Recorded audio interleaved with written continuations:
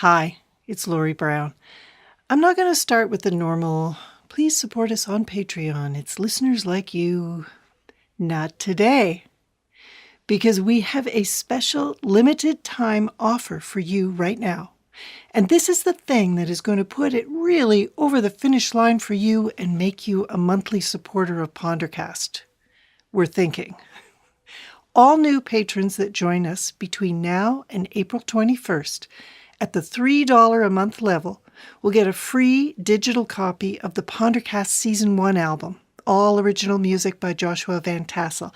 And we get double that support because a very special ponderer out there has agreed to match each of your $3 pledges. Now that money goes directly to keeping us independent and ad-free. So this is a really huge boost for us. So right now is the time to become a Pondercast supporter. Free music and your $3 pledge matched. Can you show us that Pondercast means something to you? Go to patreon.com/Pondercast. Sold? Okay.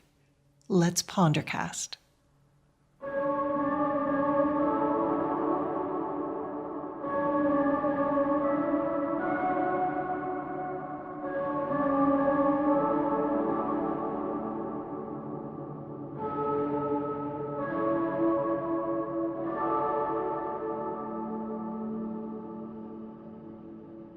This is the beginning of a rather Lori-like journey of the mind to get to a place where I can attempt to create an audio experience about silence. That makes me very curious to see how Joshua is going to create music for this, or will he just do nothing? To get to make an audio piece about silence, I think we need to start with another question. I mean, how did we get here? And by here, I mean the noisy world that we are all soaking in right now. I'm not sure that calling the noise we live with noise pollution is exactly the right way of looking at it, because sure, there's a lot of noise that is out there that is simply the bad design of tools and machinery that we use. But you know, most of the sound in our lives is actually managed, manipulated, and designed for us. So much so that how we listen and what sound means to us has changed drastically over the last few generations. So let's go back and trace how that happened. Talking about sound in our world from another time is kind of like talking about a dream, because after a sound has sounded, it has no existence. It leaves no trace. We need to reimagine these sounds. You live in New York City, and the year is 1896. And you're already complaining about the noise. What were those people hearing? Horse-drawn vehicles over cobblestones? Peddlers selling their wares on the street. There were musicians on the street too, and animals, and all kinds of bells. Oh, what I'd give to hear the sound of that city now.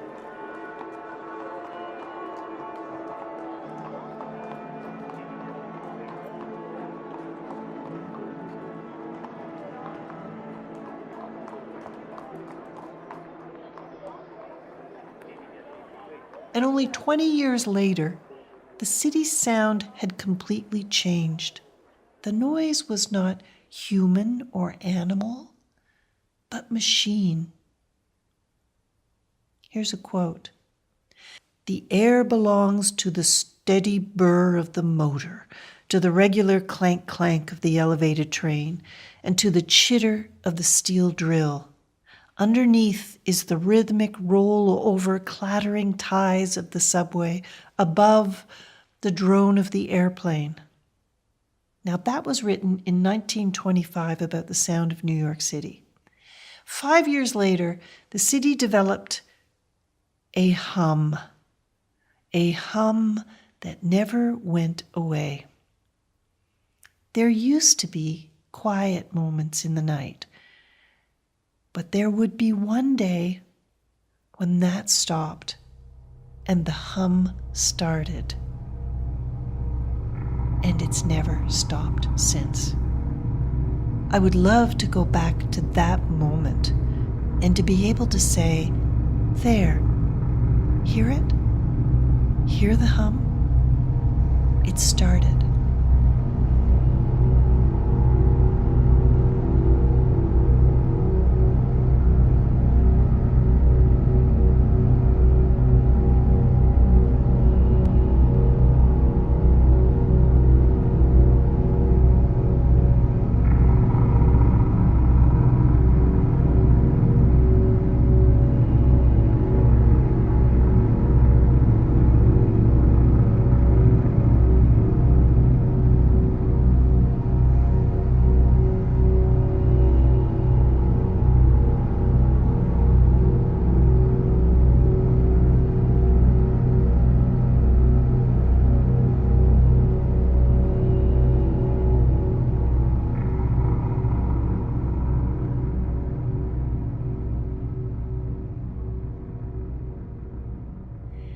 There was a woman who felt that the hum of industry was becoming a shriek, and she wanted to do something about it in 1925.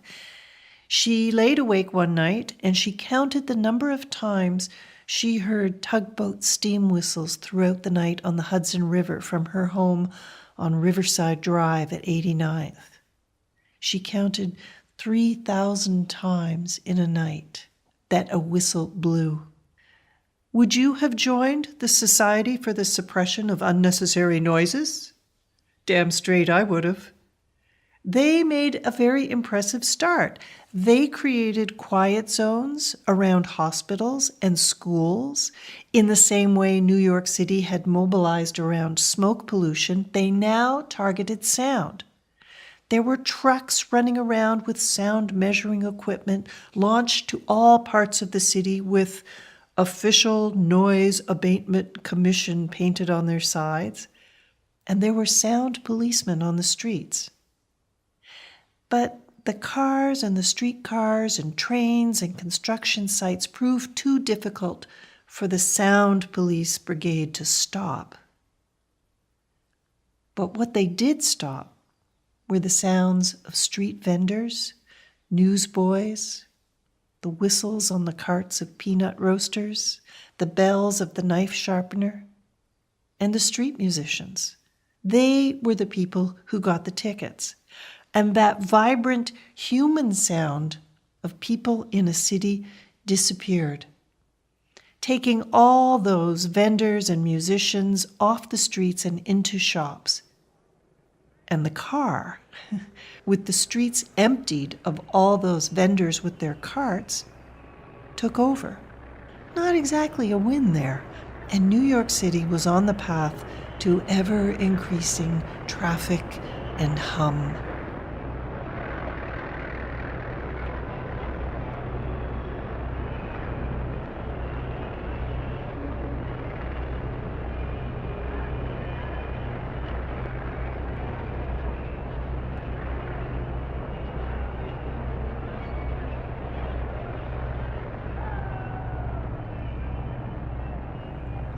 But here's where sound and how we listen gets interesting.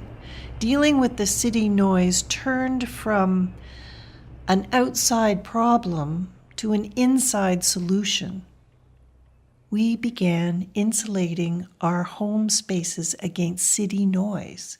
And just like that, quiet moved from being a right of everyone to a commodity for purchase, for those who could afford it. You retreated home to find quiet, if you were lucky. And in the sound insulation in our homes, in the double-glazed windows and the window coverings inside and outside, homes became stripped of sound. Architects were building rooms in homes and apartments that were engineered to deaden sound. And with that, natural reverberation was gone. What we now mostly only hear in underground parking lots, in ancient cathedrals, and under bridges used to be a natural part of the sound of every space. And we have lost so much reverberation. That beautiful lingering of a sound bouncing around a space, it feels wondrous to us now. It makes you want to make a noise in those spaces, right? To just see and feel how sound moves.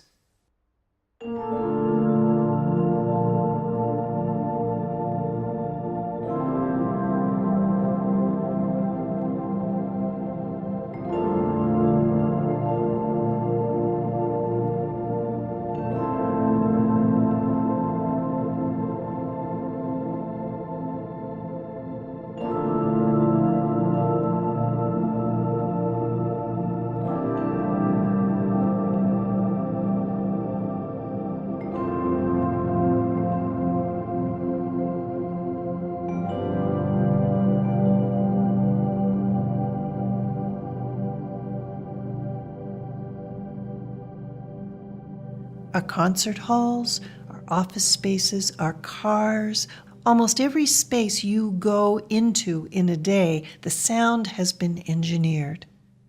And then add to that all the radios, TVs, PA systems, the sound quality of TV and movies, the noise-reducing headphones. There isn't much sound that reaches your ears that hasn't been considered. We tune our rooms for our stereos. We get pickier and more concerned with the quality of sound that we import into our lives. And yet, the noise outside just gets louder and louder. So that's where we are now. It's loud out there. Birds are having trouble hearing each other. Some are deciding to get up earlier in the morning to sing so they can be heard. And you probably heard the news about how noise stresses us all, animal and human. It makes us sick, makes it harder to learn, to sleep, to be well. So it's time to start heading in the other direction. Let's head toward silence. And that's going to mean turning some things off.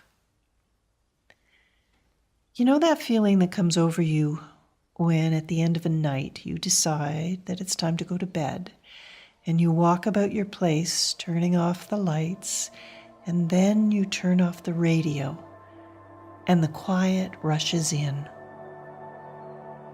That feeling, what is it? Is it relief? It always comes as a tiny shock, that quiet. It's the best moment to be aware of silence.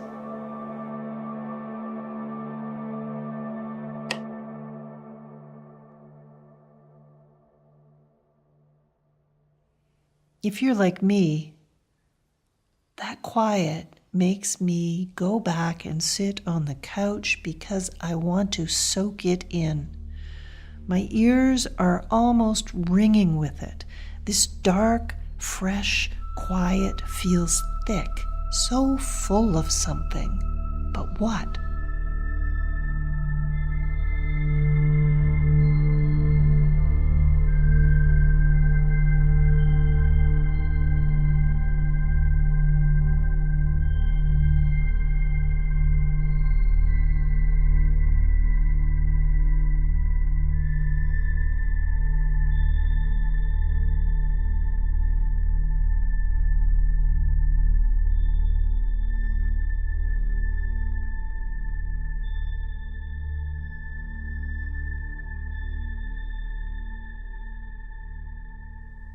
And what happens to our thoughts when they're met with silence?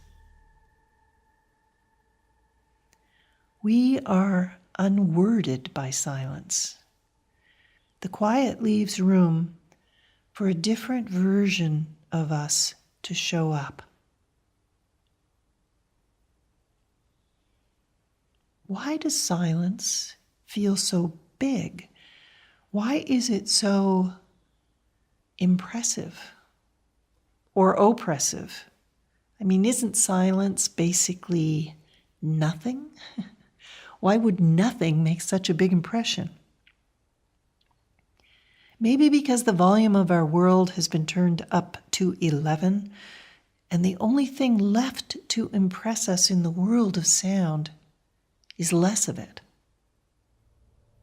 Take it away, take it all away. The traffic, the planes, the AC hum, the fridge hum, the background music, the foreground music. Take away all our chattering talk, our lawnmowers, our leaf blowers, and condo construction noise.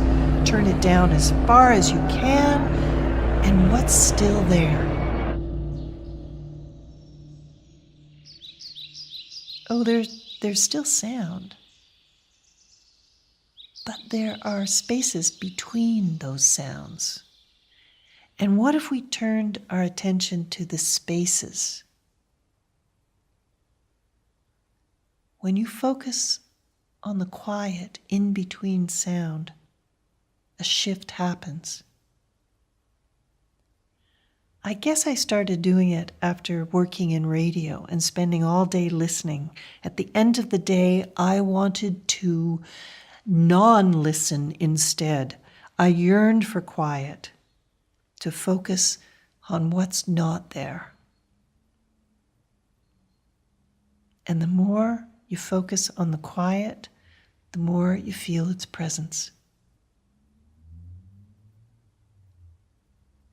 Quiet has a wisdom that is always there waiting for us. And what happens to your thoughts when they're met with silence?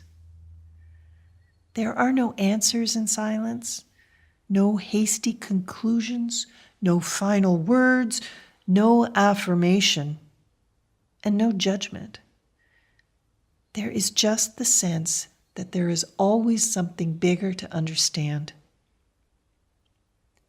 Silence turns our thoughts to unknowable things, and we become different people without sound around. I think we find ourselves in the quiet. Here's the mind-blowing truth about silence that I found after seeking out time in the spaces between sound. Silence is not nothing. Silence is everything. It holds the entire universe, the entire world, everything anyone has ever thought or felt or did. Silence wraps itself around it all with room for more forever.